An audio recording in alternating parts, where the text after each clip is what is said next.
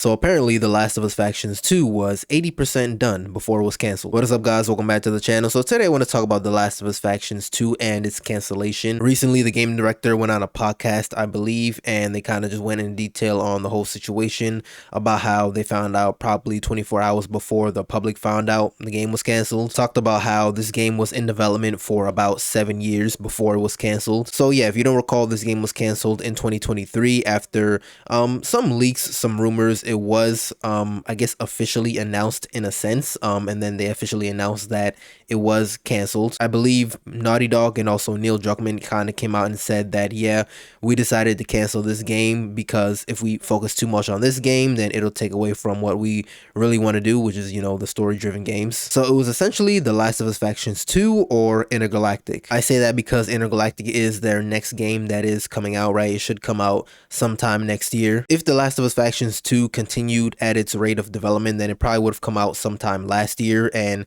probably if it, you know, did pretty well, if it gained some traction and, you know, it did what Sony wanted it to do, becoming a big live service game, then yeah, they probably would have taken some time, some development off of Intergalactic, and that game probably would still be years out. But it seems Naughty Dog realized a little too late that in live service games, they take a lot out of you, right? If they do well, then you've got to keep up the support on it. You've got to update it every day or every week, drop patches, drop new updates and things of that nature. And doing that would have kept them away from Intergalactic or another game that they've been working on. So they decided to just cut their losses and cancel that game, which I do understand. I understand both sides, right? I understand canceling the game, but I also understand putting out the game, right? 7 years just absolutely wasted. And this guy really seems to have believed that this game was going to be really big, and I don't blame him, right? Being the game director for this game, being with this project for 7 years, also looking at The Last of Us Factions for The Last of Us Part 1, right?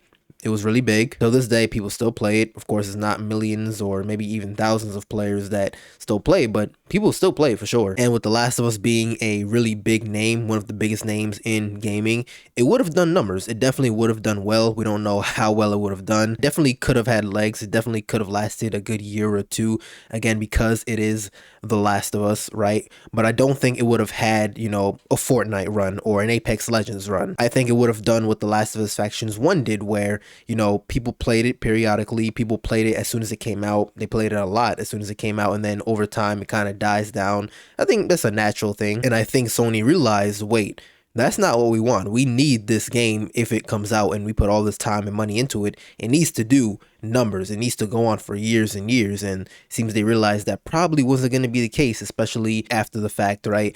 With something like Concord. But then on the other end, right? Like, this game was in development for 7 years.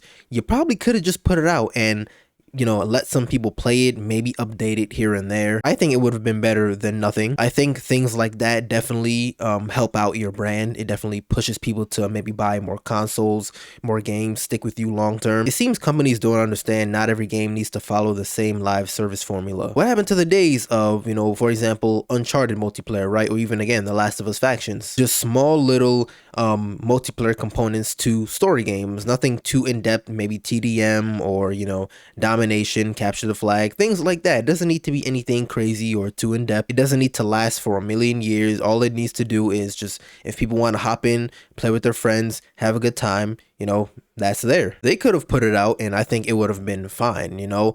Just don't get ahead of yourself. Don't say, hey, this is doing really good, we're going to make this our priority, which, you know, Horizon, Guerrilla Games, it seems like that's what they're doing with Hunter's Gathering, which, terrible idea, terrible idea. It all goes back to like mismanagement, right? Like, who is making these decisions and why did it take you 7 years to realize that this game would take a lot out of your people? Day one, you should have realized if this thing becomes really big, then it's got to be our top priority, or it's going to take a lot from us that we can't focus on the things we actually want to do. You're telling me it took you 7 years and probably hundreds of millions of dollars to realize this? I don't know, man. With each passing day, every stupid decision by a big company, it makes me really think, right? Money laundering. It's got to be a thing in the gaming industry. Because how many times do we see game cancellations after years, right? After years of development or studio closures or just companies making stupid decisions like live service decisions. It's got to be a thing. It's got to be a thing. I'm telling you, man, I don't have proof.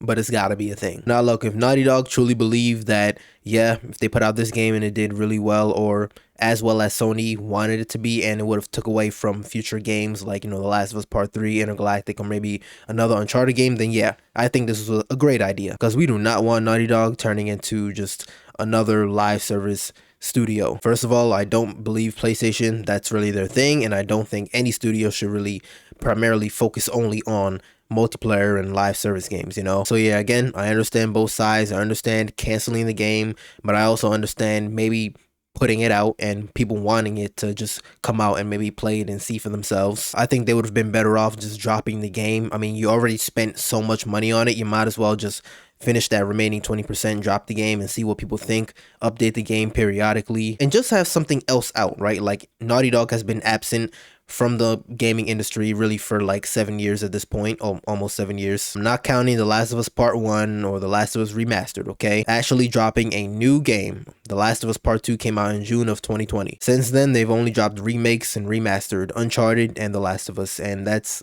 sad. Like, one of the best gaming development companies out there, and they're just completely absent. Even if it was The Last of Us again, right? It would have been something new, not a remake, not a remaster. But I guess we'll just have to wait until sometime next year, right? Hopefully Intergalactic comes out next year. I'd be very disappointed, very concerned actually, if that game did not come out late next year. But yeah, as always, let me know your thoughts on this. Would you have preferred Naughty Dog to drop this The Last of Us Factions 2? I guess we can call it that, right? That's what we've been calling it. Or do you think, yeah, it was the best decision to just cancel it, leave it alone, and focus on their future games like Intergalactic and maybe The Last of Us Part 3, maybe Uncharted? Let me know. And as always, if you enjoyed the video, like it up, subscribe, and I'll see you in the next one.